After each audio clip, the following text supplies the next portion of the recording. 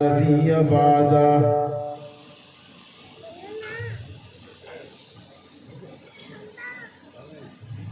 أعوذ بالله من الشيطان الرجيم. بسم الله الرحمن الرحيم.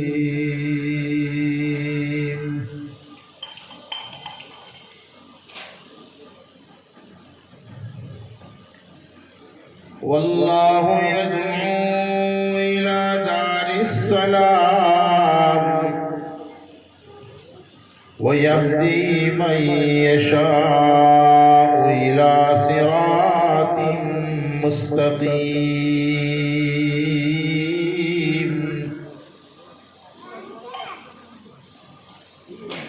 صدق الله مولانا العظيم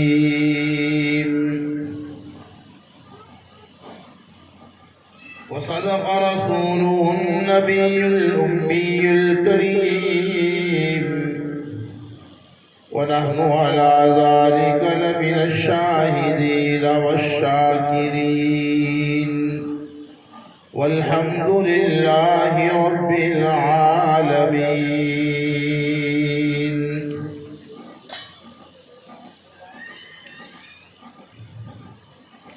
اللہ تبارک و تعالی نے ہمارے آقا اور مولا تاجدار مدینہ سرکار دو جہاں امام الانبیاء محبوب کبریا جناب محمد الرسول اللہ، ذرا سب پورا مجمع پیار سے بولو صلی اللہ.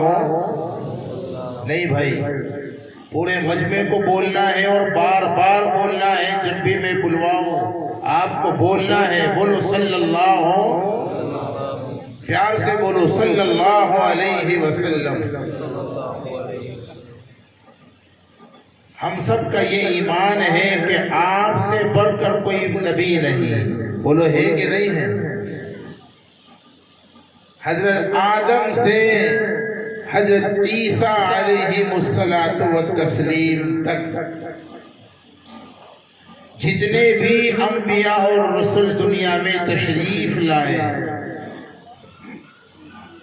آپ سے زیادہ مرتبے اور مقام والا کوئی نبی نہیں آیا.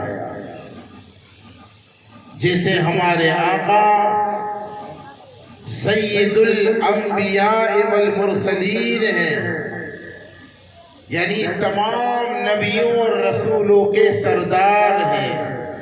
بولو ہے کہ نہیں ہے؟ کہو نا بے شک. اسی طرح ہمارے آقا کی امت مسلمہ تمام امتوں کی سردار ہے. کہو بے شک.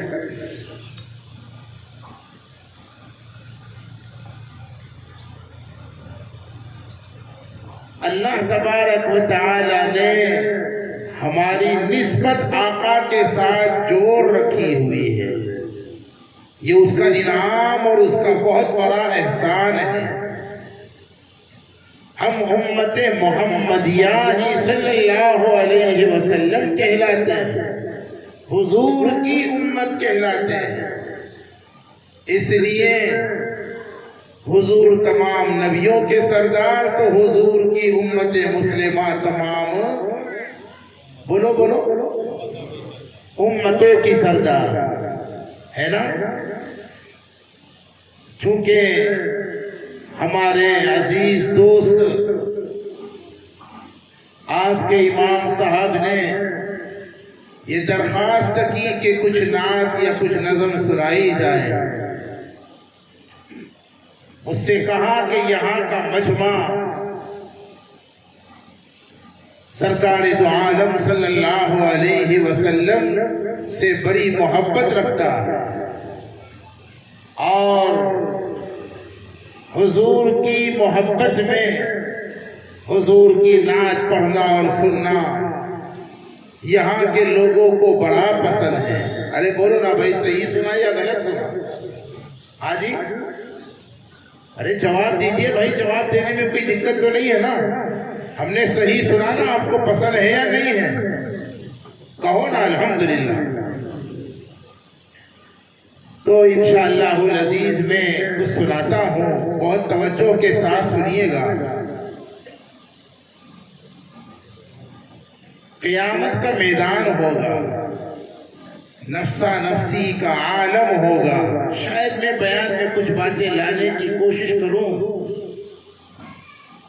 اس وقت تو کوئی کسی کے کام بولو نہیں آئے گا نا۔ یفر المرء من اخیہ وامہ وابیہ وصاحبتہ وبنیہ لکل امرئ منہم یومئذ شأن یغنیہ۔ قرآن کہتا ہے بھائی بھائی سے منہ موڑے گا، اولاد ماں باپ کے کام بولو بھائی بولو یار، مجھے بلوانا پڑا، مجھے عادت ہے بلوانے کی، آپ کو بولنا پڑے گا۔ اولاد ماں باپ کے کام نہیں آئے گی، ماں باپ اولاد کے کام نہیں آئے، کیونکہ نفسا نفسی ہر ایک کو اپنی فکر۔ اور خدا کی قسم ہے اس نفسا نفسی کے عالم میں حضور کے وہ امتی جو حضور سے سچی محبت کرتے تھے، جن کی زندگی حضور کی تابعداری والی تھی، حضور کی سنتوں والی تھی، حضور کے طریقوں پر چل کر جنہوں نے زندگی گزاری تھی، ایسے امتیوں کا کیا حال ہوگا؟ انہیں قیامت کے میدان میں کوئی ٹینشن بولو نہیں ہوگا، بلکہ ان کے چہرے نہایت ہی روشن اور چمکدار ہوں گے۔ ان کے چہروں پر چاند سے زیادہ نورانیت ہوگی۔ قرآن کہتا ہے یوم تبیض وجوہ وتسود وجوہ۔ اور امت محمدیہ صلی اللہ علیہ وسلم کے وہ لوگ جو حضور کے فرما بردار اور تابعدار تھے، سنتوں پر عمل کرنے والے تھے، شریعت پر عمل کرنے والے تھے، قیامت کے میدان میں جہاں ساری انسانیت نفسا نفسی کے عالم میں ہوگی، لیکن ان کے چہرے پر کوئی غم نہیں ہوگا بلکہ مسکراہٹیں ہوگی۔ کہہ دو نا سبحان اللہ۔ بھائی سارا مجمع مولانا یہاں کوئی بولتا نہیں ہے کیا؟ بولو نا بھائی سبحان اللہ، میں نے آپ سے کہا ہے تو بولنا چاہیے نا، کتنی بڑی بات ہے۔ میں ابھی آپ کو دلیل پیش کروں گا۔ حضور کے وہ امتی جو حضور کے سچے فرما بردار اور تابعدار تھے، قیامت میں ان کے چہرے پر کوئی غم تو نہیں ہوگا بلکہ مسکراہٹیں ہوگی۔ کہہ دو سبحان اللہ۔ وہ وہاں کا مجمع کیوں نہیں بول رہے بھائی؟ کہو نا سبحان اللہ۔ اب سنیے گا، عشق و مستی میں ڈوب کر کے سنیے، تب مزہ آئے گا، آپ کو سننے میں بھی مزہ آئے گا، اور آپ کی توجہ کی برکت سے اللہ کچھ باتیں ہمارے دلوں میں ڈالیں گے۔ سنو گے جی؟ اچھی بات۔ لبوں پر جن کے محشر میں ہنسی معلوم ہوتی ہے، سمجھ رہے نا؟ قیامت میں حضرت آدم کی امت، حضرت نوح کی امت، حضرت ہود کی امت، سارے نبیوں کی امت ہے، لیکن جن کے چہرے خوش و خرم نظر آئیں گے وہ کون ہیں؟ اسی کو کہا ہے لبوں پر جن کے محشر میں ہنسی معلوم ہوتی ہے، میرے آقا یہ امت آپ کی معلوم ہوتی ہے، میرے آقا یہ امت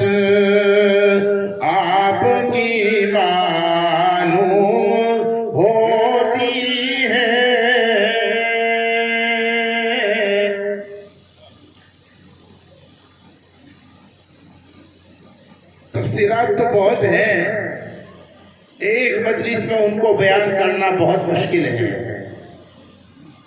قیامت میں جنت میں جانے والی حضور کی جو امتیں ہیں اس کی 3 قسمیں، کتنی قسمیں ذرا زور سے بولو؟ حضور کی امت کے وہ مسلمان جو جنت میں جائیں گے کتنی قسمیں ہیں؟ مرد ہو، عورت ہو، جوان ہو، بوڑھا ہو، پڑھا لکھا ہو، ان پڑھ ہو، شہری ہو، دیہاتی ہو، کوئی۔ میں اپنی طرف سے نہیں کہہ رہا، کتاب و سنت میں یہ ساری باتیں موجود ہیں۔ پہلی قسم ان لوگوں کی ہوگی جو دنیا میں گناہوں اور غفلتوں والی زندگی گزار کر کے گئے تھے۔ اللہ ہم سب کی حفاظت فرمائے، زور سے آمین کہو۔ یہ وہ لوگ ہوں گے قیامت میں اللہ ان سے حساب بھی لے گا اور اگر چاہے گا تو انہیں عذاب بھی دے گا، اور عذاب بھگتنے کے بعد انہیں جنت میں داخلہ دیا جائے گا۔ اللہ ہم سب کی حفاظت فرما دے، آمین۔ دوسری قسم ان لوگوں کی ہے قیامت کے دن اللہ تبارک و تعالی ان سے حساب تو لے گا لیکن انہیں عذاب نہیں دے گا، ان کا حساب نہایت آسان ہوگا۔ اور مشکات کی حدیث کا خلاصہ یہ ہے، آسان حساب کا مطلب یہ ہے اللہ تبارک و تعالی ان لوگوں کو ان کے گناہ دکھلائیں گے تو ضرور، گنوائیں گے بھی ضرور، اور ان سے ایک ایک گناہ کا اقرار بھی کروائیں گے۔ حدیث کے الفاظ یہ ہے، کہا جائے گا ایک ایک گناہ دکھلا کر کہا جائے گا، اتعرف ذنب کذا، اتعرف ذنب کذا، اتعرف ذنب کذا، اس گناہ کو جانتا ہے؟ گلیا کوٹ کے بازار میں تو نے یہ گناہ کیا تھا، یہ وہ جھوٹ ہے جو تو نے فلاں جگہ کیا تھا، یہ وہ برائی ہے، یہ وہ غیبت ہے، یہ وہ چغلی ہے، یہ وہ ہر گناہ کو گنوایا جائے گا۔ حساب تو ہوگا لیکن اللہ تبارک و تعالی ان کی بعض نیکیوں کی وجہ سے ان پر فضل فرمائیں گے اور انہیں حساب کے باوجود اپنے عذاب سے محفوظ فرما کر جنت میں داخلہ عطا کریں گے۔ اللہ ہم سب کو ان لوگوں میں شامل فرما لے۔ کہو نا بھائی آمین، کہو نا، آپ کو نہیں شامل ہونا اس میں، جس کو شامل نہ ہونا ہو وہ آمین مت کہیے۔ اللہ تعالی ہم سب کو ان میں شامل فرما لے، جن کو شامل ہونا ہے وہ کہو نا آمین۔ اور خدا کی قسم حضور اکرم صلی اللہ علیہ وسلم کی امت کے وہ خوش نصیب لوگ بھی ہوں گے قیامت کے میدان میں ان کا عذاب تو ہوگا ہی نہیں، ان سے اللہ تبارک و تعالی کسی قسم کا حساب بھی نہیں لیں گے۔ سمجھے؟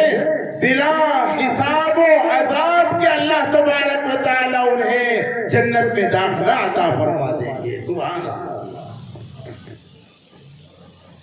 سمجھے؟ میں آج انشاءاللہ بتلاؤں گا بلا حساب و عذاب کے جنت میں اگر جانا چاہتے ہیں اس کے لیے 4 کام کرنے پڑیں گے۔ کتنے کام؟ ذرا بولو زور سے۔ وہ سامنے والے مجھے اطمینان نہیں ہو رہا ہے، بھائی آپ کو جانا ہی نہیں جانا بلا حساب جنت میں، تو بولو نا کتنے کام؟ ہماری خواتین بھی یاد رکھے 4 کا، اپنی طرف سے نہیں۔ ترمذی میں آقا کا ایک فرمان ہے وہ میں پیش کروں گا انشاءاللہ یہ نعت سن لینے کے بعد۔ بلا حساب جنت میں جانا ہے تو اس دنیا میں آج ہمیں کرنے پڑیں گے کتنے کام؟ 4 کام۔ سب کریں گے انشاءاللہ؟ کس کا ارادہ ہے ذرا ہاتھ اٹھا کر بتلاؤ۔ وہ خواتین بھی ہاتھ اٹھائے، کوئی معروف نہ رہے۔ 4 کام کا، وہ خدا کی قسم میرا بیان نہیں ہے، ہمارے آقا کا فرمان ہے، جو بندہ 4 کام کر لے گا تدخل الجنت بسلام، فرماتے سلامتی کے ساتھ جنت میں داخل ہو جائے گا۔ اور سلامتی کے ساتھ جنت میں داخل ہونے کا مطلب یہ ہے کوئی حساب ہی نہیں ہوگا۔ حضور کی امت کا ایک طبقہ یہ بھی امت محمدیہ کی خصوصیت ہوگی کہ انہیں سب سے پہلے بلا حساب کے اللہ جنت میں داخلہ عطا کرے. اسی کو کہا ہے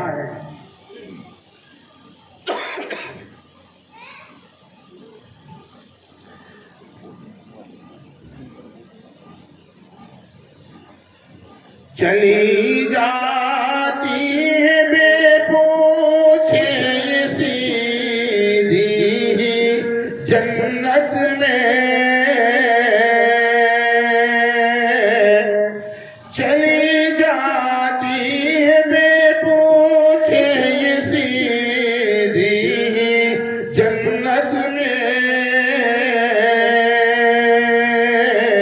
میرے آقا یہ امت آپ کی معلوم ہوتی ہے. میرے آقا یہ امت آپ کی معلوم ہوتی ہے.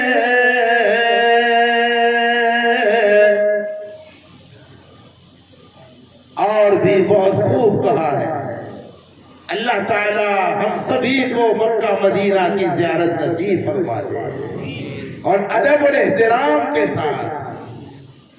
یہ زندگی بھی کوئی زندگی ہے جو مدینہ اور آقا کے روزے سے دور رہ کر گزرتی ہے. مدینہ کا کیا مقام ہے جہاں ہمارے آقا آرام فرمائے. اس کو کہا ہے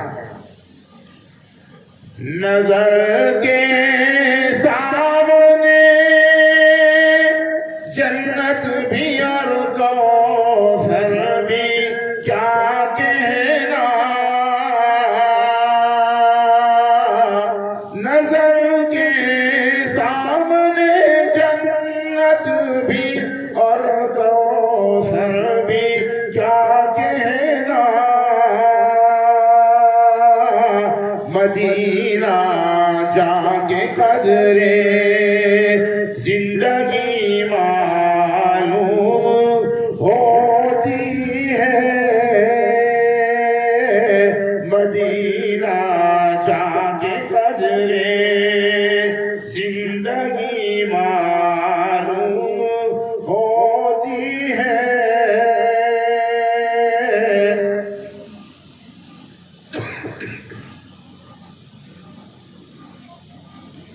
عرب کے چاند کا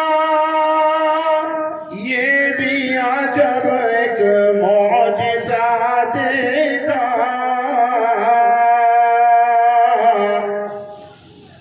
شاعر نے تو عرب کا چاند کہا ہمارے آقا کو، لیکن ہمارا تو یہ ایمان ہے ہمارے آقا صرف عرب ہی کا چاند نہیں ساری کائنات کا چاند ہے.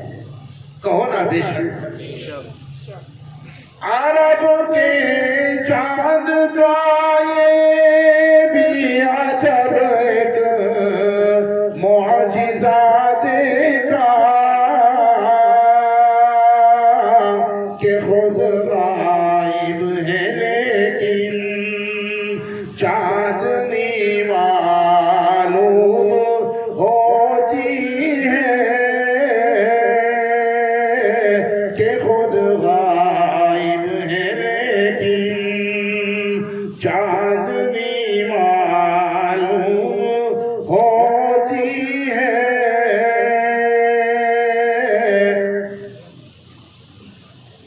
قیامت کے میدان میں امت محمدیہ صلی اللہ علیہ وسلم کی پہچان کیا ہوگی؟ مسند احمد میں ایک حدیث ہے، مشکات میں بھی یہ روایت موجود ہے. فرمایا امت محمدیہ کی قیامت کے میدان میں 3 علامتیں ہوگی. ان 3 علامتوں کے ذریعے آقا اپنی امت کو سارے نبیوں کی امتوں میں پہچان لیں گے کہ یہ میرے ہیں میں ان کا. کتنی علامتیں؟ 3 علامتیں. ایک علامت کا تذکرہ اس میں سے یہاں کیا ہوا ہے. انشاءاللہ اگر موقع آئے گا تو تفصیل بتلا دیں گے. اعضائے وضو نہایت ہی روشن اور چمکدار ہوں گے. یہ بہت بڑی ایک علامت ہوگی امت محمدیہ کی قیامت کے میدان میں. وضو میں جو ہم اعضاء دھوتے ہیں نا، چہرہ، دونوں ہاتھ، دونوں پیر، یہ نہایت ہی روشن اور چمکدار ہوں گے. ان کی روشنی اور چمک کو دیکھ کر آقا ہمیں پہچان دیں گے. اسی کو کہا ہے نمایاں ہے نشان سجدوں کے پیشانی مبارک پر میرے آقا یہ امت آپ کی معلوم ہوتی ہے. لبوں پر جن کے محشر میں ہنسی معلوم ہوتی ہے میرے آقا یہ امت آپ کی معلوم ہوتی ہے. ضرور شریف پڑھیے پیار محبت کے ساتھ.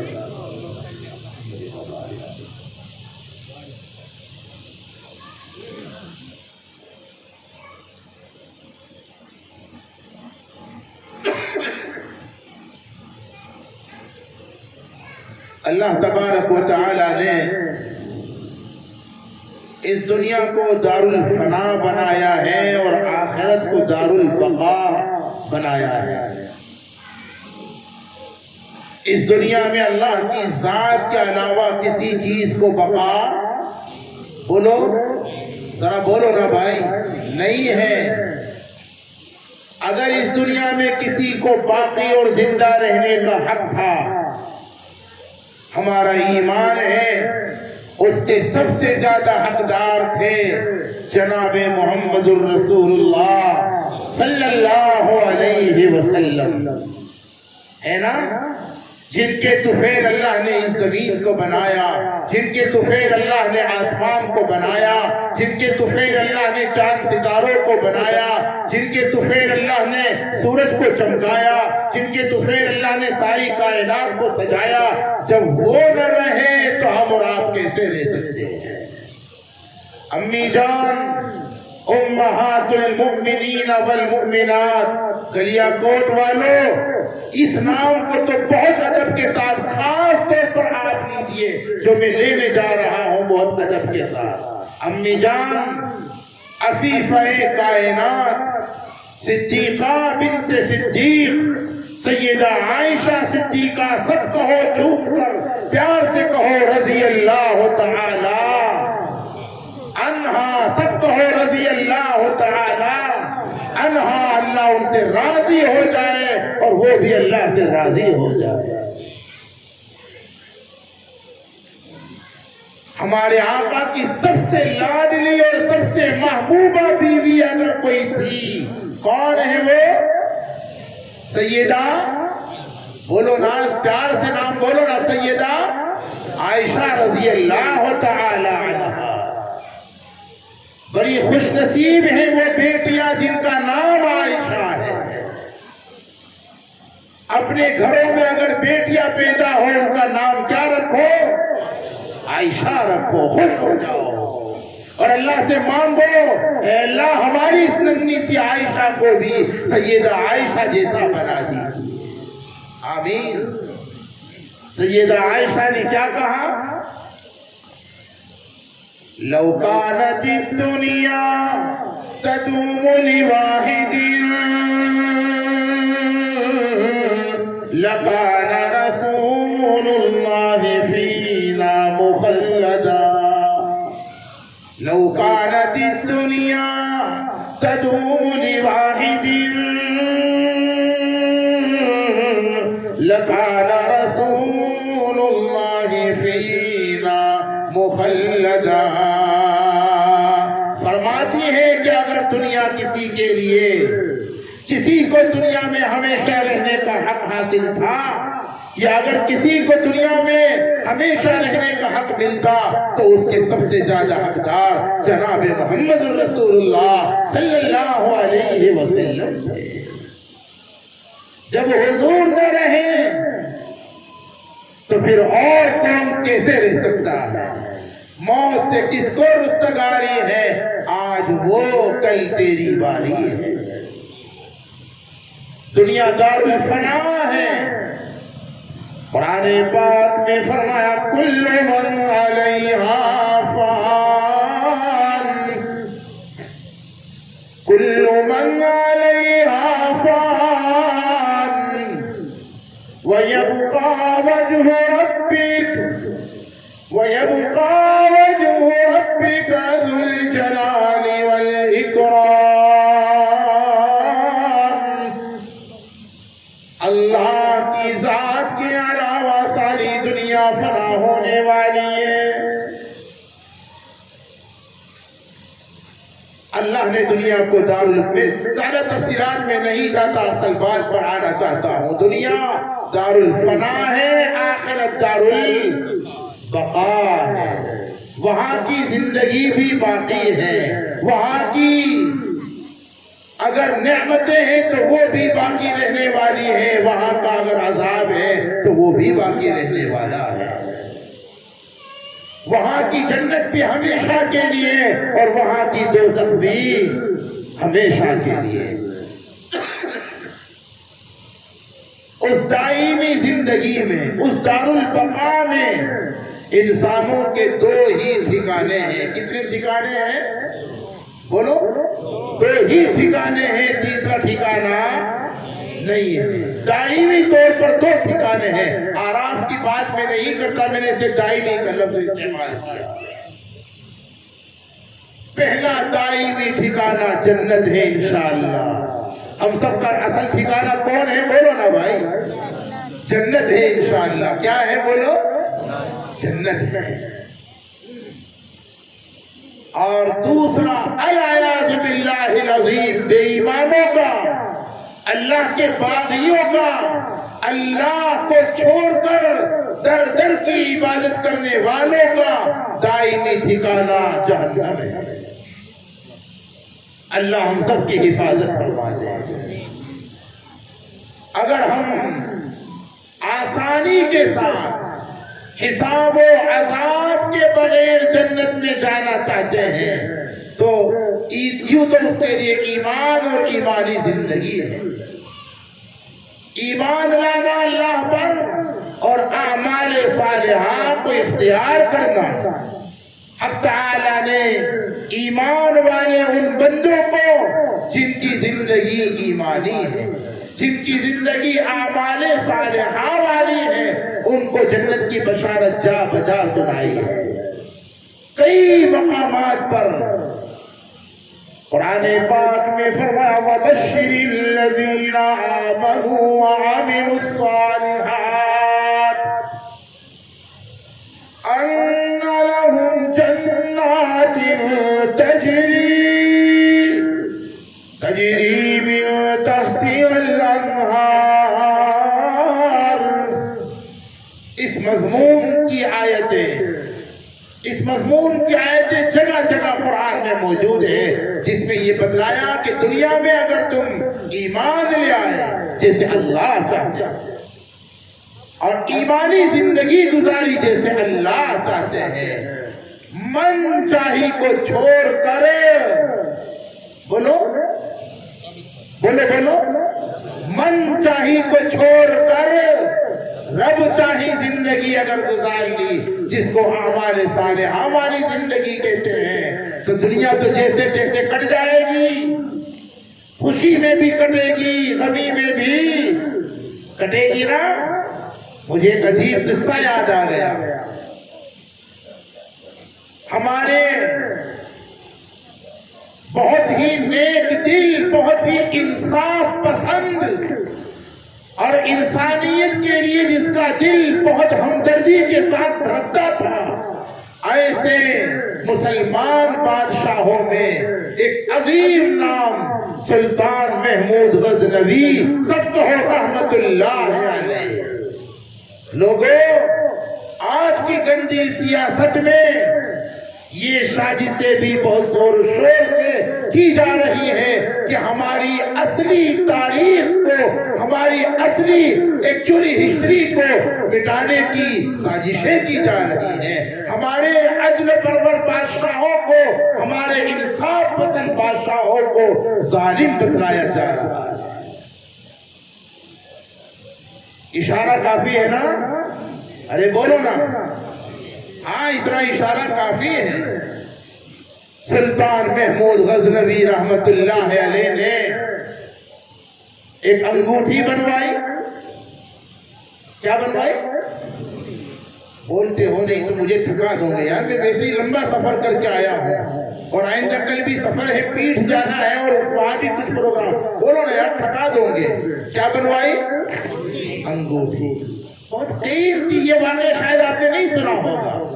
میں اس پر کہنا چاہتا ہوں بھائیو، اپنے نفس کی خواہشات کے پیچھے مت پڑو، من چاہی زندگی کو چھوڑ کر رب چاہی زندگی کو اختیار کر لو۔ دنیا تو جیسے جیسے گزر جائے گی، مسئلہ آخرت کا۔ اس پر یہ قصہ میں سنانے جا رہا تھا۔ محمود غزنوی نے کیا بنوائی؟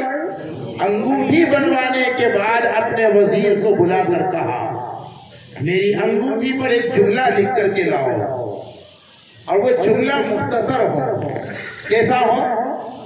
بہت لمبی چوڑی تحریر نہ ہو، مختصر سا جملہ ہو، لیکن وہ جملہ ایسا ہو کہ میں اگر خوشی میں اسے پڑھوں تو غمزدہ ہو جاؤں اور غمی میں پڑھوں تو خوش ہو جاؤں۔ دیکھا آپ نے؟ آج کے وزیر کو اگر یہ بات کہی جائے تو سسرا بغلے کھجانے گا کہ ایسا کیا لکھنا پڑے گا، ایسا کیا لکھوں۔ کیا کہا؟ اپنے وزیر کو انگوٹھی دے کر کہا، میں ہمیشہ یہ انگوٹھی پہنوں گا، اپنے پاس رکھوں گا، اس پہ جملہ ایسا لکھ کر کے لاؤ کہ میں خوشی میں اگر اسے پڑھوں تو غمزدہ ہو جاؤں اور غمی میں اگر اسے پڑھوں تو خوش ہو جاؤں۔ وزیر بھی وزیر تھا، ایک ایسا جملہ لکھ کر کے لایا، بادشاہ بھی حیران ہو گیا۔ اس نے انگوٹھی پر ایک جملہ لکھا اور وہ یہ تھا، یہ وقت بھی گزر جائے گا۔ کیا کہا؟ یہ کورونا بھی، بولتے رہو نا بھائی، گزر جائے گا، یہ حکومت بھی گزر جائے گی، یہ ظلم و ستم والا دور بھی گزر جائے گا، یہ مصیبتیں بھی گزر جائے گی، یہ خوشیاں بھی گزر۔ دنیا تو فانی ہے۔ کیا لکھا؟ یہ وقت بھی۔ اب یہ ایسا جملہ تھا کہ اگر خوشی میں دیکھے نا تو اس کا مطلب یہ کہ یہ خوشی کا وقت بھی۔ ہاں نوجوانوں، اگر یہ بات ذہن میں بیٹھ جائے نا تو ہم خوشیوں میں اللہ اور اس کے رسول کو ناخوش نہیں کر سکتے۔ پھر خوشیوں میں غیروں کی طرح ناچنا، اچھلنا، کودنا اور اللہ رسول کو ناراض کرنا ہمارے لیے مشکل ہو جائے گا۔ اور اگر غم آ جائے، مجھے پتا چلا کہ یہاں تو سالوں سال تک کسی کے انتقال کا سوگ منایا جاتا ہے۔ اور لوگوں، یہ شریعت ہے ہماری جس کی ہر تعلیم عدل اعتدال پر، عدل پر، انصاف پر اور اعتدال پر مبنی ہے۔ عقل میں آنے والی، عقل کے خلاف کوئی بات اور کوئی تعلیم نہیں ہے۔ شریعت نے ہمیں حکم دیا ہے، اگر کسی کے گھر میں انتقال ہو جائے، زیادہ سے زیادہ کتنے دن سوگ منا سکتے ہو؟ بولو 3 سال؟ ارے بولو نا، جواب آپ دیجئے، میں نہیں دوں گا۔ کتنے سال کتنے ٹائم سوگ منائے؟ بولو 3 دن۔ ہاں البتہ بیوی کے لیے حکم ہے 4 مہینے اور 10 دن۔ اس کے بعد وہ زیور بھی استعمال کر سکتی ہے۔ عورت شوہر کا، جس کے شوہر کا انتقال ہو گیا، عدت گزارنے کے بعد وہ زیور بھی استعمال کر سکتی ہے، عدت گزارنے کے بعد کہیں شادی کر سکتی ہے۔ میں صحیح کہہ رہا ہوں غلط کہہ رہا ہوں؟ میرے بھائیوں رسومات کو چھوڑو، احکامات پر آؤ۔ اسلام رسم کا مذہب نہیں، عمل کا مذہب ہے۔ وہ مت دیکھو سماج کیا کرتا ہے اور سماج کیا کہتا ہے، اور گلیا کوٹ والوں یہ دیکھو کہ شریعت کیا کہتی ہے اور شریعت کا حکم کیا ہے۔ ابھی تفصیلات کا موقع نہیں ہے، بس ایک ہی بات کہوں گا، سماج کی رسومات پر عمل کرنے کے بجائے شریعت کے احکامات پر عمل کرنے کے ہم پابند ہیں۔ بولو ہے کہ نہیں ہے؟ لہذا سماج کی رسموں کو مت دیکھو، سماج کی رسموں پر مت جاؤ، شریعت کے حکموں پر آؤ۔ کرو گے انشاءاللہ ایمانداری سے اللہ کو حاضر ناظر رکھتے ہوئے کون ارادہ کرتا کہ انشاءاللہ ہم ہر حال میں شریعت کا حکم دیکھیں گے، ہماری سماج کی وہ خلاف ہو یا کچھ ہو ہم شریعت کا حکم دیکھیں گے۔ ہم سماج کو 1000 مرتبہ ناراض کر سکتے ہیں، اللہ اور اس کے رسول کا حکم توڑ کر ان کو ناراض بولو بولو میری ماں بہنیں بھی بار بار کہیں نہیں کریں گے انشاءاللہ۔ بہرحال میں تفصیلات میں جانا نہیں چاہتا، لیکن بات بڑھ جاتی ہے۔ وہ بات یاد آ گئی نا، کتنا قیمتی جملہ، یہ وقت بھی ہاں کویت میں آپ کا اگر بھائی ہے اپنی بہن سے وہ بات کر رہا ہے، بہن اسے یاد کر رہی ہے، کویت والے بھائی کو یا گلیا کوٹ کی بیوی کویت والے شوہر کو یاد کر رہی ہے، نعوذ باللہ کویت والے شوہر کا کہیں یہ مطلب مت نکالی ہو کہ پھر وہاں کا الگ یہاں کا الگ، لا حول ولا قوت الا باللہ۔ کہنے کا منشا یہ ہے کہ بیوی گلیا کوٹ میں، شوہر کویت میں، اب وہ یاد کر کے رو رہی ہے، یا شوہر یاد کر کے بیوی کو یاد کر کے بچوں کو یاد کر کے رو رہا ہے۔ اگر شوہر رو رہا ہے تو گلیا کوٹ سے بیوی کہے گی، بولو نا یہ وقت بھی گزر جائے گا، اور یہاں گلیا کوٹ میں بیوی شوہر کو یاد کر کے رو رہی ہے تو کویت سے شوہر کیا کہے گا؟ صبر کرو پیاری، یہ وقت بھی۔ کیا قیمتی جملہ، اللہ بہرحال دنیا کی ہر چیز فانی ہے اور آخرت کی ہر چیز دائمی ہے، وہاں کی جنت بھی دائمی ہے، جنت کی نعمتیں بھی دائمی ہیں، اور میں جنت میں جانے والے بلا حساب و عذاب جنت والے 4 اعمال کو بعد میں بتاؤں گا، اس سے پہلے ذرا جنت کو سنو۔ اور اس سے پہلے بھی مجھے ایک عجیب بات ہے، وہ اس لیے بھی کہہ رہا تھا، بہت دھیان سے سنیے، آپ کی توجہ کی برکت سے اللہ ہمارے دلوں میں اور ہماری زبانوں پر باتوں کو جاری کرے گا۔ علامہ شبیر احمد عثمانی رحمت اللہ علیہ فرماتے ہیں، ہر مسلمان کے 3 وطن ہیں۔ کتنے وطن ہیں ذرا بولو، کتنے وطن ہیں؟ نمبر 1 پہلا وطن ہے وطن جسمانی، نمبر 2 دوسرا وطن ہے وطن ایمانی و روحانی، نمبر 3 تیسرا وطن ہے وطن اصلی اور حقیقی۔ کتنے وطن؟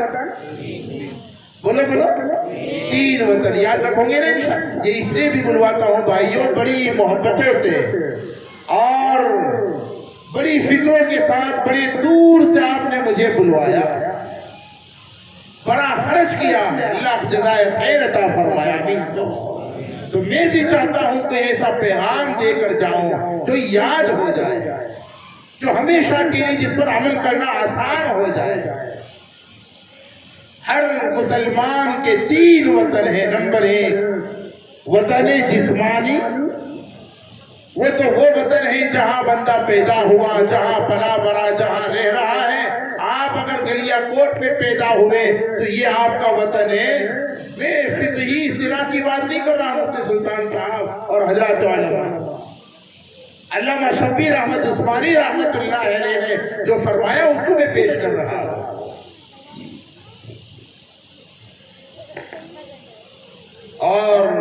یہ کہاں ہے وہ بھی سن لیجئے. مولانا شیخ الاسلام مفتی تقی عثمانی نے ان کے والد گرامی مفتی شفیع صاحب رحمت اللہ علیہ کی وفات کے بعد ان کے جو حالات کو جمع کیا ہے، مفتی اعظم نمبر اس میں یہ بات موجود ہے.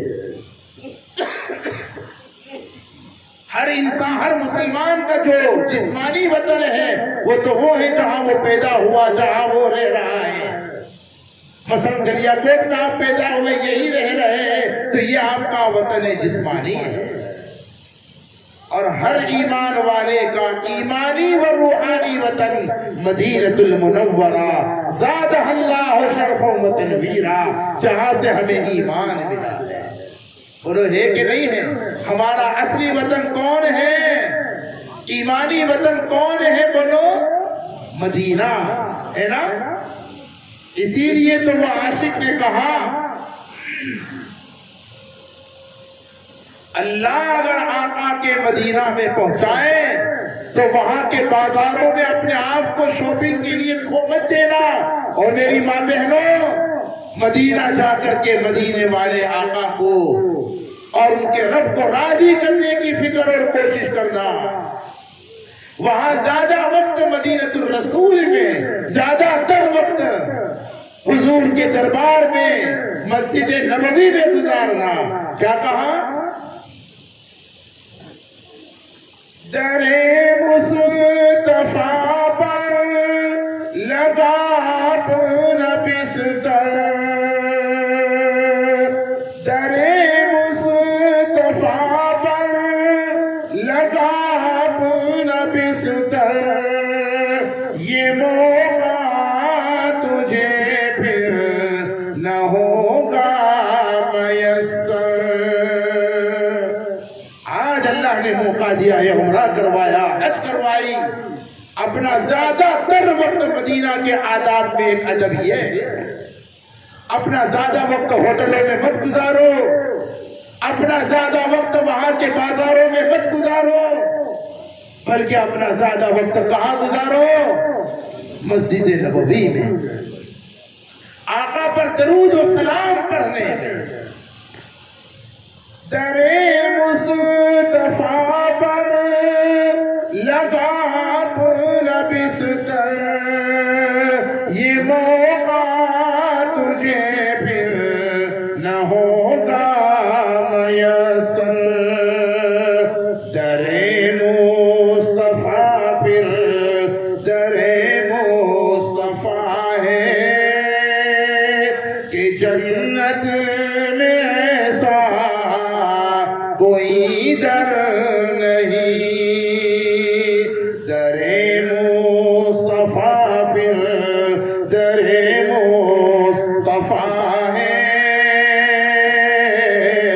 کہ جنت میں ایسا کوئی در نہیں. بے سبحان اللہ تو کہو یار.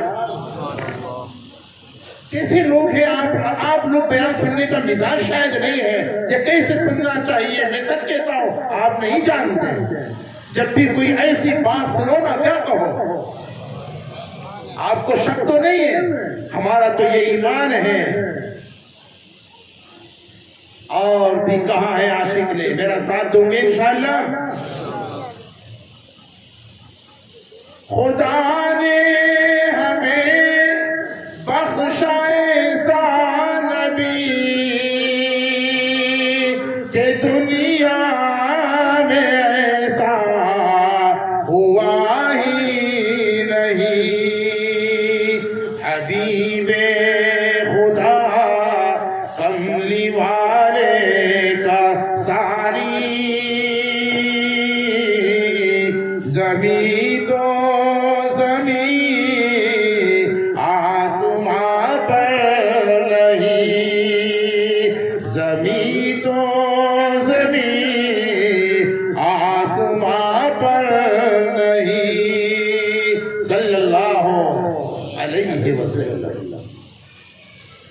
ہر ایمان والے کا ایمانی وطن بولو کون ہے؟ مدینۃ المنورہ. جانے والوں کو پوچھو دل میں کیسی ٹھنڈک محسوس ہوتی ہے.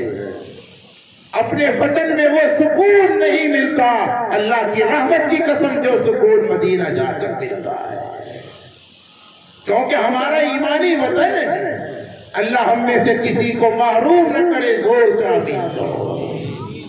اللہ ہم سب کو حرمین شریفین کی بلکہ تینوں حرموں کی، بیت المقدس بھی ہمارا حرم ہے، مدینہ بھی ہمارا حرم ہے، کعبۃ اللہ بھی ہمارا حرم ہے۔ اللہ تینوں حرموں کی منظور اور مقبول حاضری ہم سب کو ادب اور احترام کے ساتھ بار بار نصیب فرمائے، آمین۔ اور کتنے وطن ہوئے؟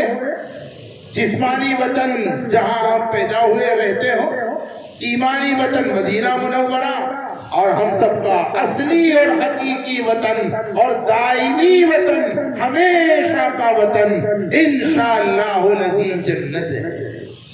بولو نا انشاءاللہ، بولو صحیح کہہ رہا ہوں غلط کہہ رہا ہوں؟ اتنی بات تو آپ سمجھ سکتے ہو نا، اتنے اس بات کا اتنے سوال کا جواب تو آپ ضرور دے سکتے ہیں۔ ہم سب کا انشاءاللہ اصلی اور ہمیشہ کا وطن جنت ہے۔ کیوں؟ ہمارے ابا کہاں سے آئے؟ گلیا کوٹ سے آئے تھے، بولو نا بھائی، بانسواڑہ سے آئے تھے، گجرات سے آئے تھے؟ ارے ہمارے ابا کہاں سے آئے تھے بھائی؟ آپ لوگ سب جواب نہیں دے رہے، شاید آپ سمجھتے ہوں گے کہ یار یہ مولوی صاحب کو پتہ نہیں ہمارا ابا کے بارے میں، اس لیے ایسی بات پوچھ رہے ہیں۔ میرے بھائیو، ہمارے ابا سیدنا آدم کہاں سے آئے تھے؟ جنت سے آئے تھے نا، تو ہمارا اصلی وطن کہاں ہے؟ اور یہاں تو کچھ عمل کرنے کے لیے ہم کو اللہ نے بھیج دیا، ایمان کے لیے، ایمانی زندگی کے لیے بھیجا۔ کہاں کچھ اعمال میری مرضی کے مطابق زندگی گزار کر آؤ تو آخرت میں تمہارا ہمیشہ کے لیے ٹھکانہ کیا ہے؟ جنت۔ اس جنت میں 4 چیزیں ہیں گلیا کوٹ والوں، 4 چیزیں ہیں، 4 چیزیں نہیں ہیں۔ کیا کہا؟ جنت میں، ارے بولو نا بھائی، وہ پیچھے والے ذرا بولو، کتنی چیزیں؟ 4 چیزیں ہیں، 4 چیزیں نہیں ہیں۔ میرا ساتھ دوں گے انشاءاللہ؟ ارے سب دوں گے ساتھ۔ جنت میں یہ بھی یاد رکھنے کی بات ہے، جنت میں کتنی چیزیں ہیں؟ بولو 4 چیزیں، اور کتنی چیزیں نہیں ہیں؟ 4 چیزیں۔ نمبر 1، جنت میں ہمیشہ کے لیے زندگی تو ہے، موت بولو ہے موت؟ وہاں کوئی مرے گا؟ وہاں کوئی یہ سننے میں آئے گا کہ آج محمودہ بیگم کا انتقال ہو گیا، آج جمیلہ خاتون کا انتقال ہو گیا، آج عبد الرحمان کا انتقال؟ جنت میں یہ اعلان ہوگا؟ ہمیشہ کی زندگی ہے، موت نہیں ہے۔ نمبر 2، جنت میں ہمیشہ کی راحت تو ہے، مصیبت ہے ذرا بھی نہیں۔ دنیا فانی ہے، یہاں کی مصیبتیں بھی فانی ہیں۔ نمبر 3، جنت میں ہمیشہ کے لیے تندرستی تو ہے، لیکن کبھی بیماری، کوئی دواخانہ ہوگا ہی نہیں، کوئی ڈاکٹر صاحب کی ضرورت پڑے گی نہیں، ہمیشہ کی تندرستی ہے اور بیماری نہیں ہے۔ نمبر 4، جنت میں ہمیشہ کی جوانی ہے، بڑھاپا ہے ہی نہیں۔ یہ جتنے بھی بدھے اور بدھیاں ہیں نا، جن کے منہ میں دانت نہیں، پیٹ میں آنٹ نہیں، ایسے بدھے بدھیاں بھی اللہ تعالیٰ انہیں جوان بنا دے گا۔ کہہ دو نا میں سبحان اللہ تو کہہ دو۔ یہ بدھے لوگ ذرا زور سے اور بدھیاں بھی ذرا زور سے کہے، اللہ تمام بدھوں اور بدھیوں کو جنت کے اندر بہترین جوان بنا دے گا۔ سمجھے؟ اور یہ میں اپنی بات نہیں، یہ تو ایک اسٹائل ہے ہمارا، ورنہ یہ ساری باتیں پوچھو ہی علماء سے، یہ ساری باتیں کتاب و سنت میں موجود ہیں۔ ہاں اس جنت میں جانا ہے بھائی، ارے بولو نا کس کو جانا ہے؟ ذرا ہاتھ اٹھاؤ، کس کو جانا ہے؟ سب کو جانا ہے انشاءاللہ۔ کتنے کام کرنے ہیں؟ 4 کام۔ سب کروں گے؟ ہماری خواتین بھی ارادہ کرتی ہیں انشاءاللہ 4 کام، اور میں نہیں کہتا، آقا کا فرمان پیش کرتا۔ یہ حدیث ترمذی میں ہے، یہ حدیث مشکات میں ہے، اور بھی حدیث کی تمام تقریباً کتابوں میں یہ روایت موجود ہے۔ شاید 1 گھنٹہ اب ہونے جا رہا ہے، زیادہ تفصیلات میں نہیں جا پاؤں گا، لیکن وہ 4 اعمال تو ضرور بتاتا۔ سرکار دو عالم صلی اللہ علیہ وسلم نے ارشاد فرمایا، ایھا الناس افشوا السلام، پہلا عمل، وَأَطْعِمُوا الطَّعَامَ، بولو دوسرا عمل، وَصِلُوا الْأَرْحَامَ، بولو تیسرا عمل، وَصَلُّوا بِاللَّيْلِ وَالنَّاسُ نِيَامٌ، چوتھا عمل، تَدْخُلُوا الْجَنَّةَ بِسَلَامٍ۔ سرکار دو عالم صلی اللہ علیہ وسلم نے ارشاد فرمایا، 4 کام کر لو، 4 اعمال کا اہتمام کر لو۔ اگر ان 4 باتوں پر عمل کر لیا، اللہ کے رسول فرماتے ہیں سلامتی کے ساتھ جنت میں داخل کر دیے جاؤ گے۔ سلامتی کے ساتھ کا مطلب یہ کوئی حساب بھی نہیں، کوئی عذاب بھی نہیں۔ کام کتنے ہیں بولو؟ کرو گے نا انشاءاللہ؟ سب کرو گے نا انشاءاللہ؟ میرے بھائیو، ہمارا ہی فائدہ ہوگا۔ جیسے جو کھائے اس کا پیٹ بھرے، جو عمل کرے اس کی قبر بنے، جو عمل کرے اس کی آخرت بنے، جو عمل کرے اس کی جنت پکی ہو جائے۔ نمبر 1، پہلا کام حضور نے جو بتلایا، افشوا السلام، کیا کرو؟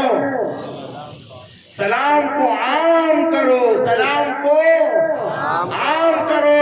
ہر ملنے جلنے والے کو، بولو بولو جوانو بولو، ہر ملنے جلنے والے کو سلام کرو، چھوٹا ہو اسے بھی بولو بولو سلام کرو، اپنے بڑوں کو بھی سلام کرو، غریبوں کو بھی دیکھ دیکھ کر سلام نہ کرو، اپنا ہو یا پرایا ہو،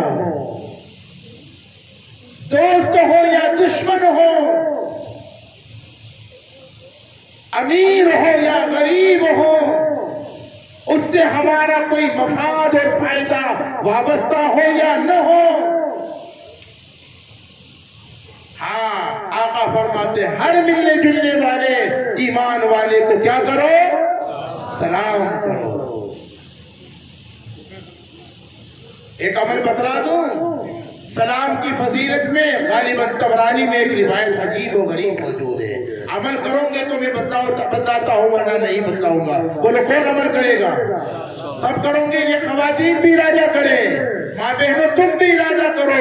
خدا کی قسم آقا فرماتے ہیں، جو بندہ یا بندی روزانہ دن میں 20 مرتبہ یا 20 لوگوں کو، کتنی مرتبہ یا کتنے لوگوں کو؟ 20 لوگوں کو یا 20 مرتبہ سلام کر دے۔ جو شخص صبح سے شام تک 20 لوگوں کو سلام کرے گا، اگر شام تک اس کا انتقال ہو گیا، وجبت لہ الجنہ، اس کے لیے جنت واجب ہو جائے گی۔ اور اگر صبح سے شام تک 20 لوگوں کو سلام کیا، شام سے صبح تک 20 لوگوں کو سلام کیا اور اس رات میں اس کا انتقال ہو گیا، تو وجبت لہ الجنہ، اس پر جنت واجب ہے۔ کتنے لوگوں کو سلام کرنا ہے بولو؟ اور آج کل تو بہت آسان ہے، روزانہ نہ جانے کتنوں سے ہماری فون پر بات ہوتی ہے نا۔ جب بھی ہم فون پر بات کریں ہماری پہچان یہ ہو، ہر کسی کو معلوم ہو کہ یہ ہیلو کہہ کر بات نہیں کرتا، بلکہ کس طرح بات کرتا ہے بولو بولو بولو؟ کیوں؟ اس لیے کہ یہ محمدی ہے۔ کون ہے؟ حضور کا سچا امتی ہے۔ حضور کا فرمان یہ ہے، السلام قبل الکلام۔ کیا فرمایا؟ السلام قبل الکلام، کلام سے پہلے سلام بولو نا، کلام سے پہلے بات بعد میں کرو، سلام پہلے۔ اپنے بچوں کو بھی سکھاؤ، بیٹا مدرسے سے گھر میں آؤ تو بھی سلام کرو، بیٹا اسکول سے گھر میں آؤ تو بھی سلام کرو، بیٹا ٹیوشن سے آؤ تو بھی سلام کرو۔ اور یہ اس وقت ہوگا میرے بھائیوں جب آپ اپنی آفس سے آئے تو گھر میں داخل ہوتے وقت سلام کریں، آپ اپنی دکان سے گھر میں آئے تو گھر میں آتے ہوئے کیا کریں؟ آج لوگ خیر و برکت کا تعویذ مانگتے ہیں، اور مجھے پتا چلا یہاں تعویذ کی دکانیں بہت چلتی ہیں، معلوم ہوا یہاں تو بڑی بڑی فیکٹریاں ہیں۔ اور لوگوں ان تعویذ گندوں کو چھوڑو، کتاب و سنت پر آؤ، انشاءاللہ العزیز کسی رسمی تعویذ کہہ رہا ہوں۔ ہاں اگر قرآن و سنت کی روشنی میں کوئی تعویذ بنایا وہ شرعی تعویذ ہے، رسمی تعویذ نہیں ہے۔ شرعی تعویذ کی اجازت ہے لیکن رسمی تعویذ کی اجازت نہیں ہے۔ اگر کتاب و سنت پر ہم عمل کرنے والے بن جائیں تو رسمی تعویذ کی ضرورت ہی نہیں ہے، ہمارے گھر میں خیر و برکت نازل ہو سکتی ہے۔ گھر میں اگر خیر و برکت چاہتے ہو، قرآن کیا کہتا ہے؟ قرآن پاک میں فرمایا فَإِذَا دَخَلْتُمْ بُيُوتًا فَسَلِّمُوا، جب بھی گھر میں داخل ہو سلام کرو، داخل ہونے والا مرد ہو تو بھی سلام کرے، داخل ہونے والی عورت ہو تو بھی سلام کرے، داخل ہونے والا بچہ ہو تو بھی سلام کروں گے انشاءاللہ۔ بھائیو یہ بیان صرف سننے کا نہیں ہے بلکہ عمل میں لانے کا ہے، کروں گے نا انشاءاللہ۔ اچھا بتاؤ یہ عمل مشکل ہے یا آسان ہے؟ سلام کرنا کون مشکل کام ہے؟ یہ ایسا عمل ہے نہ حرج ہے نہ خرج ہے۔ کیا کہا؟ نہ حرج نہ خرج۔ کیوں بھائی؟ سلام کرنے سے پیسہ خرچ ہوتا ہے اور ثواب تو ضرور ملتا ہے۔ قرآن کہتا ہے جب گھر میں داخل ہو کر سلام کرو گے تحیۃ من عند اللہ مبارکۃ طیبہ، قرآن کی آیت ہے۔ گھر میں داخل ہوتے وقت جب سلام کرو تو یہ سلام کرنا گھر میں خیر و برکت کا ذریعہ بن جائے گا۔ پھر تمہیں خیر و برکت کے تعویذ کی ضرورت نہیں پڑے گی، سلام کو گھر میں رواج دو، اپنے سماج میں سلام کو رواج دو۔ جب بھی کوئی مل جائے سلام کرو، کرو گے انشاءاللہ۔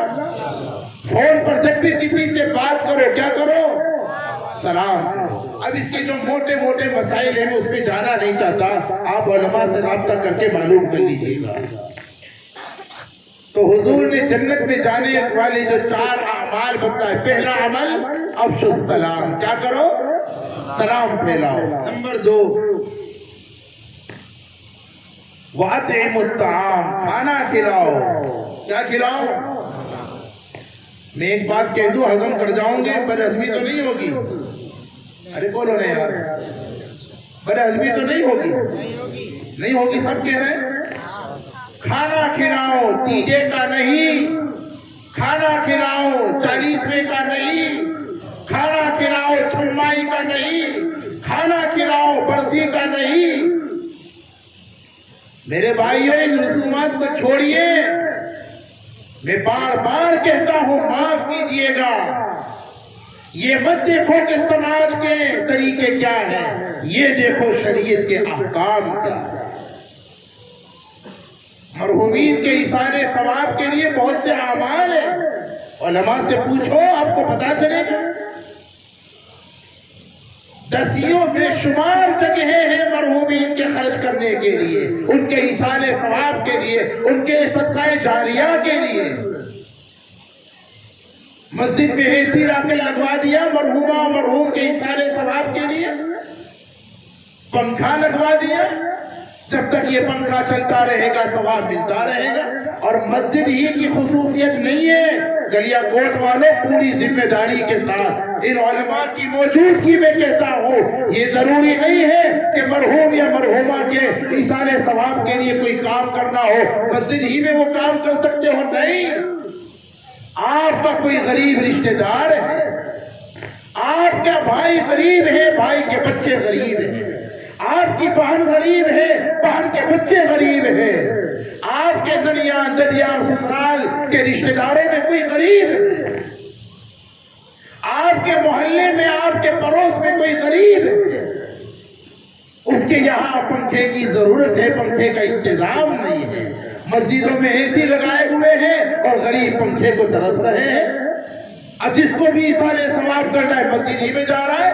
کس نے کہا آپ کو مسجد میں پنکھا اور اے سی لگانے پر بھی ثواب وہی اللہ دے گا، اور کسی کے گھر میں اس نیت کے ساتھ پنکھا یا اے سی لگایا تو ثواب کوئی دوسرا دے گا؟ کون دے گا؟ اللہ ہی دے گا۔ ضرورت کی جگہوں کو دیکھو، جہاں ضرورت ہو وہاں اخلاص کے ساتھ خرچ کرو۔ کہیں کتابوں کی ضرورت تھی، حضرات علماء کے درمیان میں ضرورت کی کتابیں تقسیم کروا دی، ایصال ثواب کا بہترین مسئلہ صدقہ جاری ہے۔ بہرحال رسموں سے اپنے آپ کو بچاؤ۔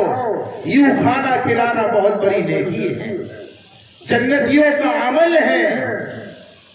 قرآن پاک میں فرمایا وَيُطْعِمُونَ الطَّعَامَ وَيُطْعِمُونَ الطَّعَامَ عَلَى حُبِّهِ مِسْكِينًا وَيَتِيمًا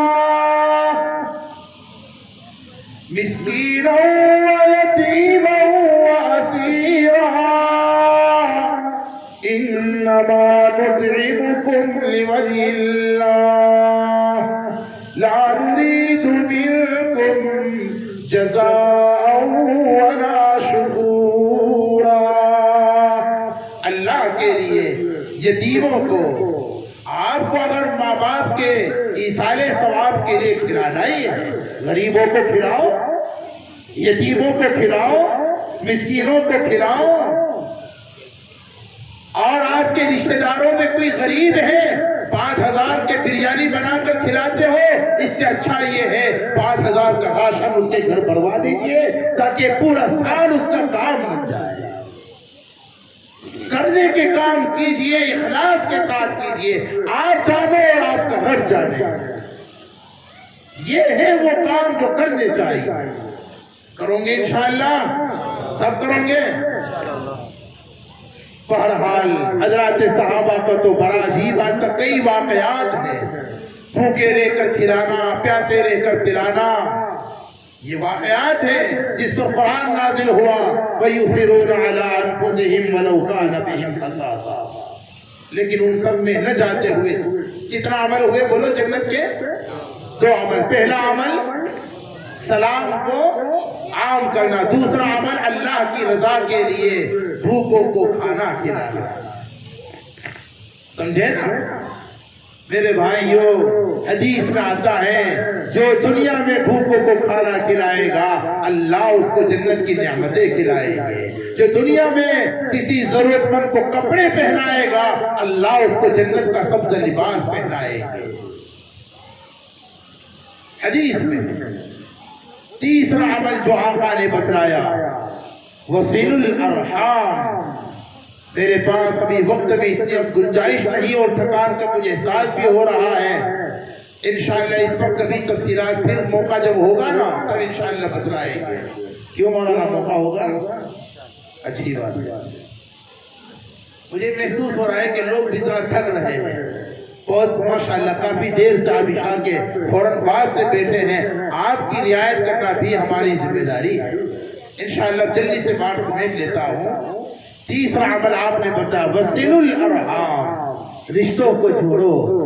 ماں بہنوں تم خاص طور پر سنو، اللہ نے جو رشتے بنائے ہیں پیدائشی طور پر جن رشتوں سے ہمیں جوڑ رکھا ہے، اولاد کا رشتہ، ماں باپ کا رشتہ، بھائی کا رشتہ، بہن کا رشتہ، چچا کا رشتہ، ماموں کا رشتہ، خالہ کا رشتہ، پھوپھی کا رشتہ، یہ جتنے بھی ننیال کے رشتے، ددیال کے رشتے، سسرال کے جو رشتے ہیں، یہ جتنے رشتے اللہ نے بنائے ہیں پیدائشی طور پر جن رشتوں سے اللہ نے ہمیں جوڑا ہے، آقا فرماتے ان تمام رشتوں کو جوڑے رکھو۔ آج کے سماج میں ہوتا یہ ہے، رشتوں کو آزمایا تو جاتا ہے، نبھایا نہیں جاتا۔ رشتوں کو آزماؤ نہیں بلکہ نبھاؤ۔ نہیں سمجھے آپ؟ آزمانے کا کیا مطلب ہوا؟ آزماتے ہیں نا، دیکھیں یہ سلام کرتا ہے کہ نہیں کرتا میرا، دیکھیں یہ اپنے یہاں کی شادی میں مجھے دعوت دیتا ہے کہ نہیں دیتا۔ رشتے آزمانے کے لیے نہیں ہیں، نبھانے کے لیے۔ ہمارے رشتے دار اگر ہمارے ساتھ بدسلوکی بھی کرے، یہی تو آقا کے اخلاق ہے اور یہی تو ہمارے آقا کی تعلیم ہے۔ اگرچہ وہ ہمارے ساتھ بدسلوکی کر رہے ہیں لیکن ہم تو پھر بھی ان کے ساتھ اچھا سلوک کریں گے انشاءاللہ۔ رشتوں کو جوڑنے کے جو فضائل ہیں، دو باتیں بتلاتا ہوں جو حدیث میں ہیں۔ جو بندہ رشتوں کو جوڑتا ہے اللہ اس کی روزی میں وسعت عطا کرتے ہیں اور اس کی عمر میں برکت دیتے ہیں، یہ حدیث ہے۔ حدیث بہت مشہور حدیث میں سنا رہا ہے، اس لیے اگر ہم چاہتے ہیں تو بھائیوں روزی میں برکت کے لیے اور روزی میں وسعت کے لیے بھی کسی رسمی تعویذ کی ضرورت نہیں، شرعی حکم پر عمل کی ضرورت ہے۔ جو رشتوں کو جوڑتا ہے آقا فرماتے ہیں اللہ تبارک و تعالی اس کی روزی میں وسعت عطا کرتے ہیں اور اس کی زندگی میں برکت دیتے ہیں۔ کرو گے نا انشاءاللہ؟ رشتوں کو جوڑ کر رکھو۔ ہمارے رشتہ دار امیر ہو تو بھی ان سے رشتہ بنائے رکھو۔ امیروں سے تو بنا کے ہی رکھتے نا بھائی۔ تکلیف کہاں آتی ہے؟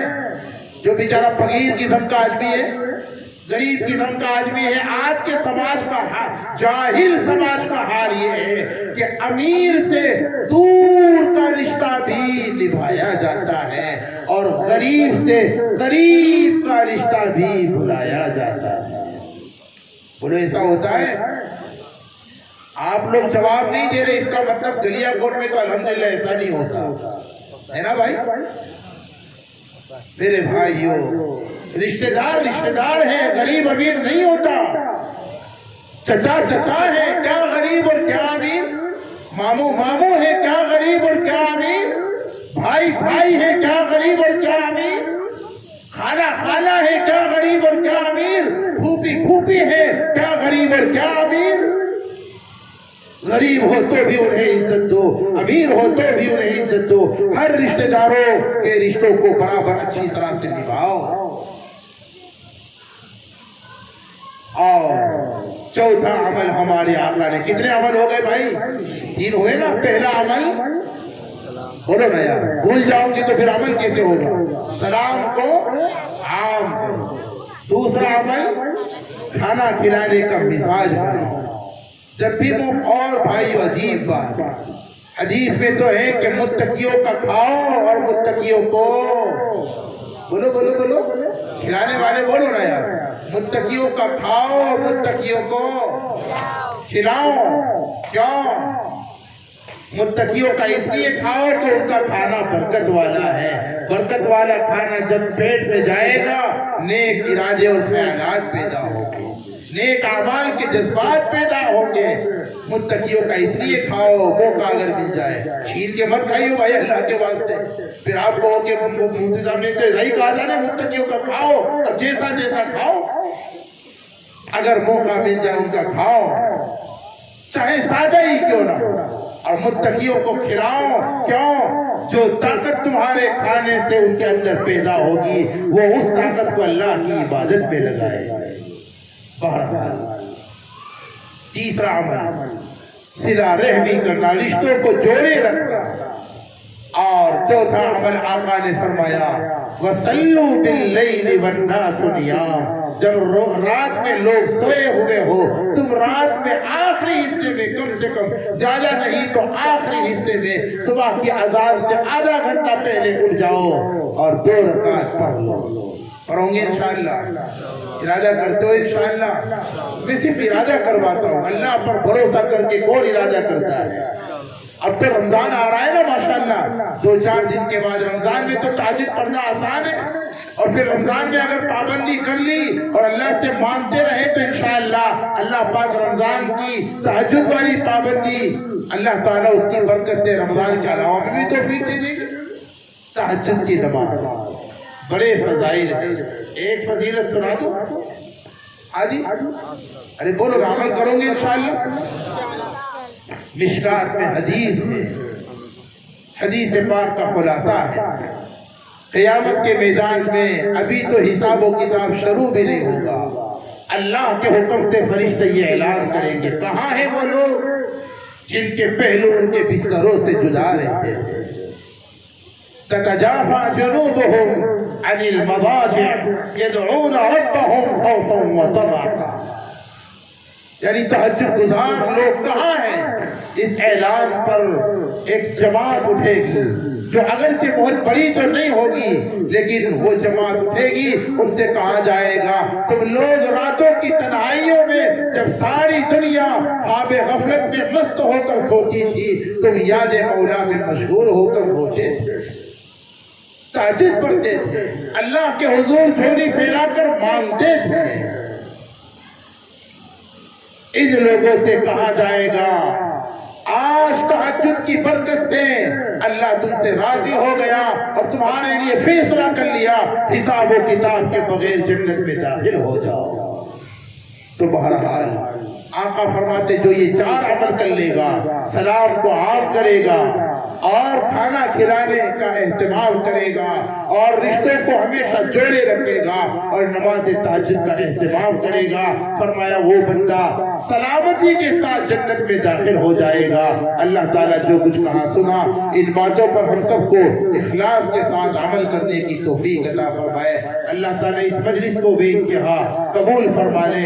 اس مجلس کا ثواب ہمارے جن دوستوں نے، جن مخلصوں نے اپنی محترمہ مرحومہ والدہ، کیا نام ہے بھائی، محبوبہ بی بی، محمودہ بی بی، اللہ تعالیٰ اس کا ثواب انہیں بھی عطا فرمائے.